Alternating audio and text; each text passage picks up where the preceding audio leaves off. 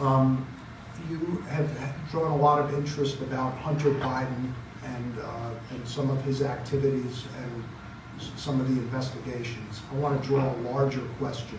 Do you think that impacts Joe Biden? Do you think President Biden is corrupt? Yes.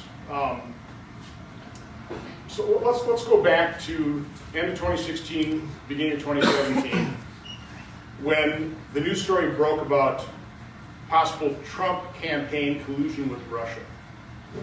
That's now been proven to be completely false narrative, a hoax.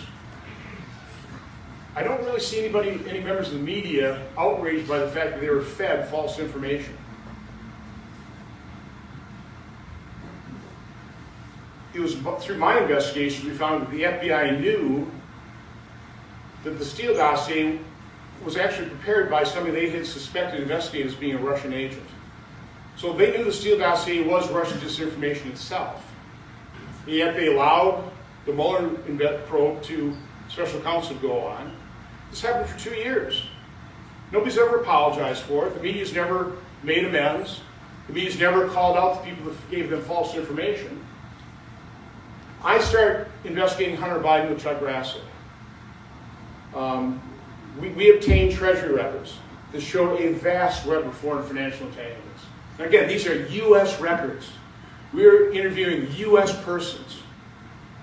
And yet the media is reporting, because they're being fed false information, that I am soliciting and disseminating Russian disinformation. Nothing could be further from the truth. Nothing could be further from the truth. In fact, the only person that introduced Russian disinformation to our investigatory record was my ranking member, Democrat Senator Gary Peters.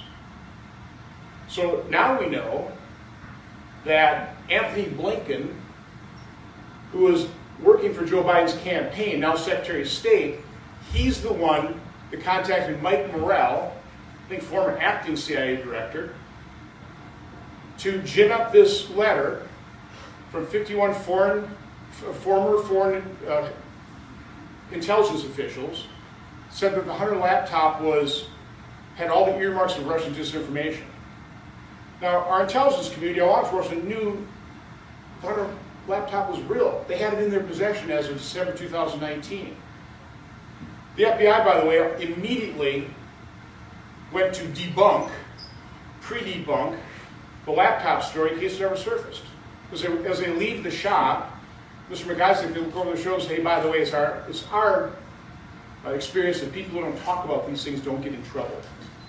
Then the FBI provides us an unsolicited briefing in August of 2020 saying we're targets for Russian disinformation based on nothing. They had nothing to show. I knew it was a setup. It was. Designed in case that was ever offered to us, which it was, by the way. The day after Chuck Grassley and I issued our report, September 20th, 2022, or 28th, Mr. McGeisler called us up. He finally felt safe enough to go public with that laptop. Again, that laptop is real. The information contained in that is real.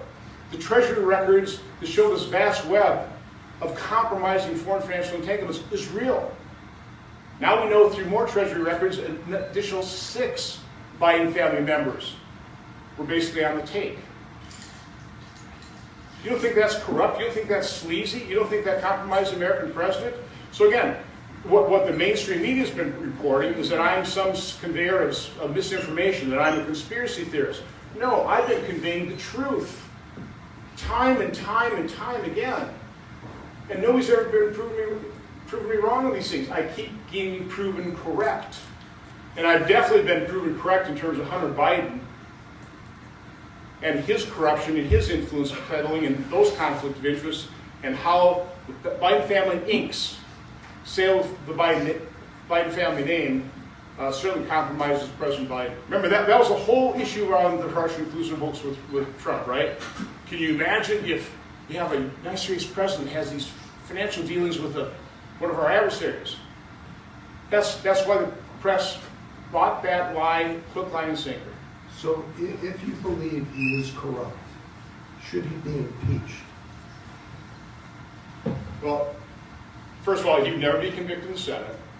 So I'm not sure we want to go down that road again. I think Democrats have done that time and time again. It's not helpful. I think you should be impeached in Mayorkas. If Antony Blinken doesn't resign, he ought to be impeached as well. But those are two people I think the House should impeach, because I think that would just be revealing in terms of what the impeachment hearings would be. We need to understand how our border is completely wide open and that impact on America. And now what Secretary Blinken did during the campaign. I mean, can you think of a greater fraud perpetrated on the American electorate than what Antony Blinken did with that letter from 51 former intelligence officials? I mean, again, it's all collusion hoax. I mean, undermining our 2016 election, right? It was a lie.